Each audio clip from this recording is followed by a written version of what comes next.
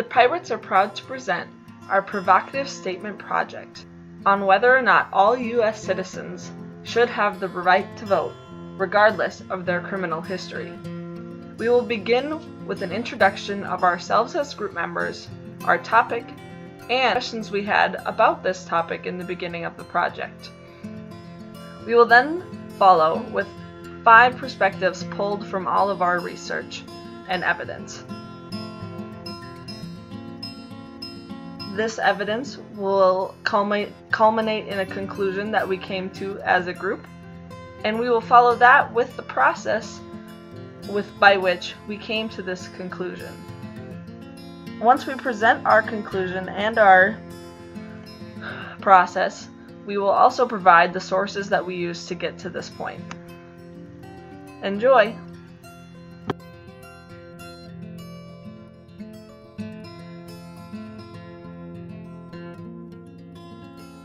Hello, we're Team Pirates. My name is Hannah. I'm Britt. I'm Cody. And I'm Riley. Our provocative statement is, all United States citizens should have the right to vote regardless of criminal history. Our first question is, why is it just to remove the right to vote from felons? Our next one is, what is the process for restoring the right to vote? The third question is, why was this law or series of laws implemented, and is it still relevant in today's political climate? Another question we had, is it unjust to not allow citizens with criminal history to vote? And our final question is, do we see criminals as less than law-abiding citizens? This topic is incredibly complex, and part of that comes from the socioeconomic and racial divisions that come with this. When we think about prisons, we have to consider the fact that a lot of those in prison are people of color or from lower socioeconomic statuses. And we have to think about how that affects the vote and how those people ended up in prison.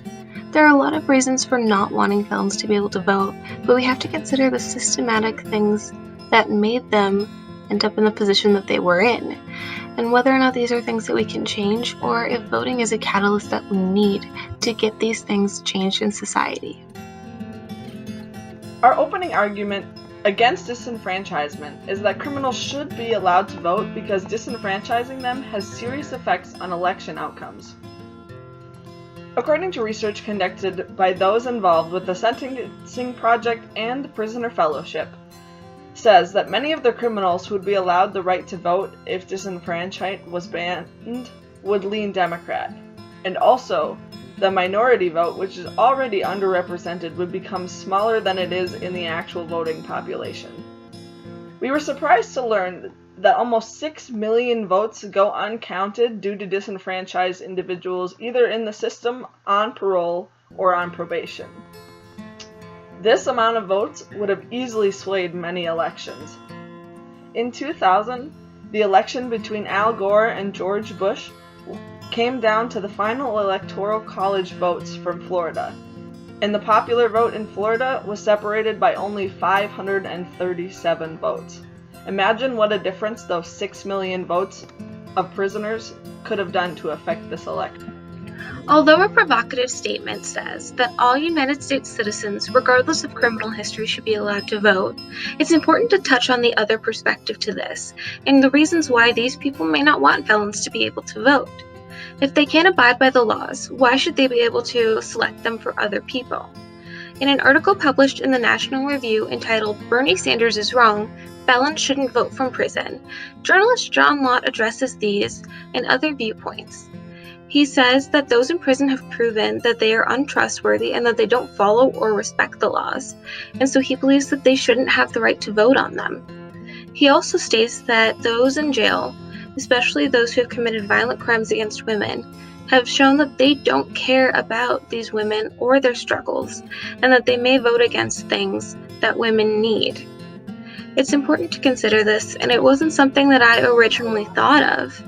And after reading this, it was really interesting to see the other side and consider why people may not want them to be able to vote. And we have to consider the ethics of this situation. Is there truly a right answer? In this situation, it seems sort of like a right versus right situation. and it can't be mandated on a federal level, and so it is mandated state by state, and sometimes even case by case. Criminals should be allowed to vote because we live in a liberal democracy. Matt Witt, a lecturing fellow at Duke University, wrote an article entitled Felons, Disfranchisement, and Democratic Legitimacy. In this article, he argues that liberal democracies undermine their own legitimacy when they deny the vote to felons and prisoners. Our democracy encourages individuals to participate in the democratic process, and by disenfranchising individuals, we're not allowing them to engage in this process.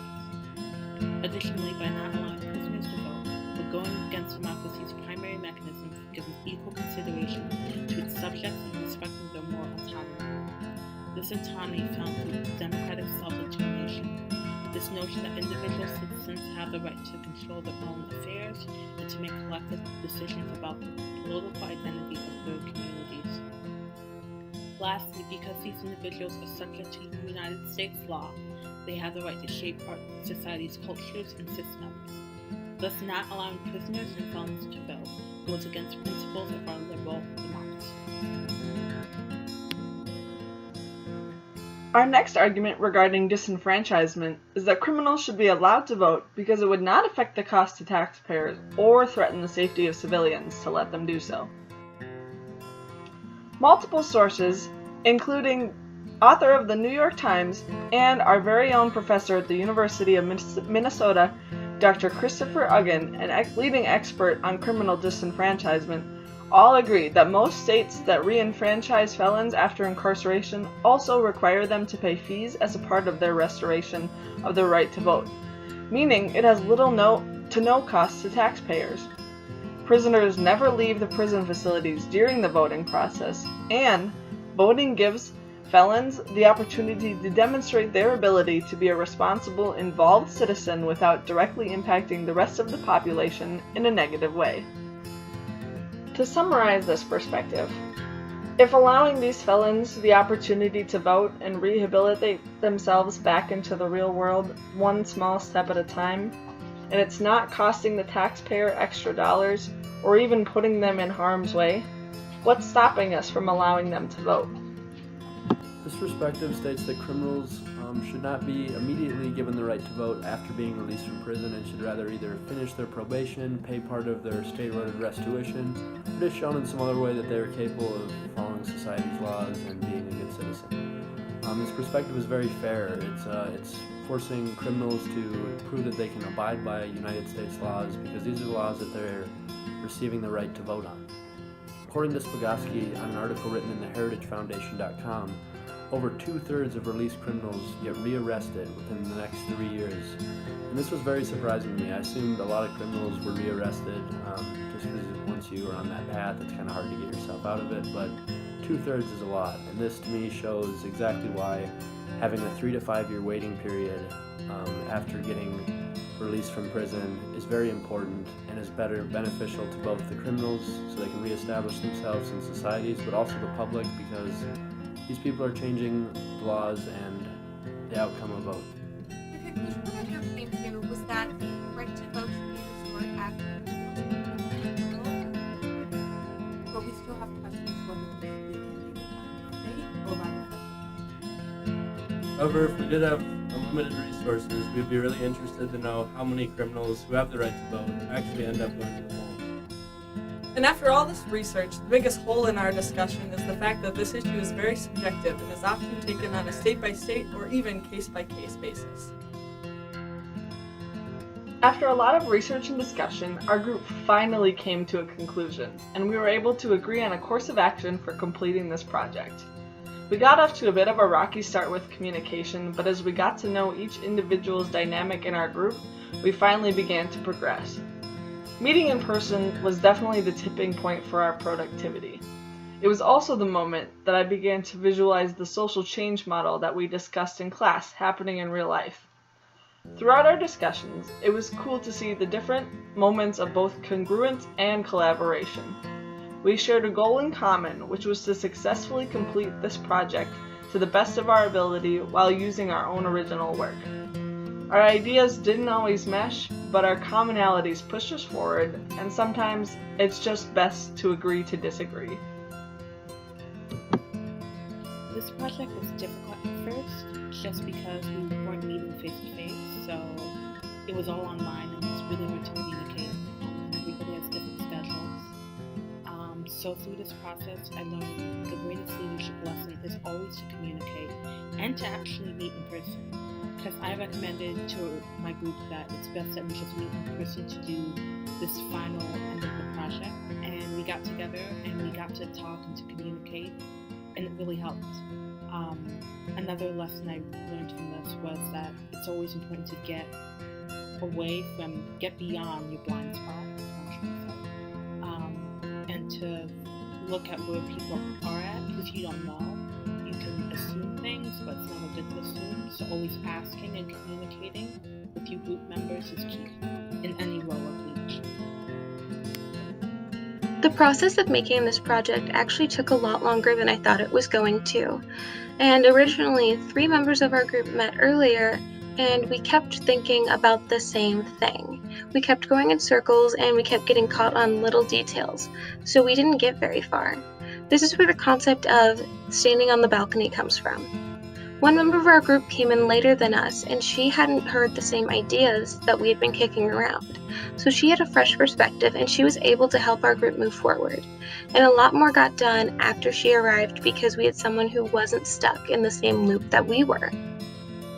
We've learned many great leadership skills in this class, and this group project was a great way to apply some of these. One problem that we ran into was when we had to narrow down to 5 different perspectives out of the 15 we found. I think a lot of us were being kind of biased with our own arguments, and a lot of different opinions were arising as a group, and I think we were kind of just going around and not really hearing each other out, and trying to argue why this argument was better than that one, or vice versa. I think the interacting in teams and groups allowed us to kind of realize what was happening. We were in the storming stage, which is when people are beginning to assert their own opinions, and it can get kind of hectic. We realized what was going on, and it allowed us just to step back and just really listen to everyone else's opinions and realize the flaws in our own. And the conclusion of this was we were just more unbiased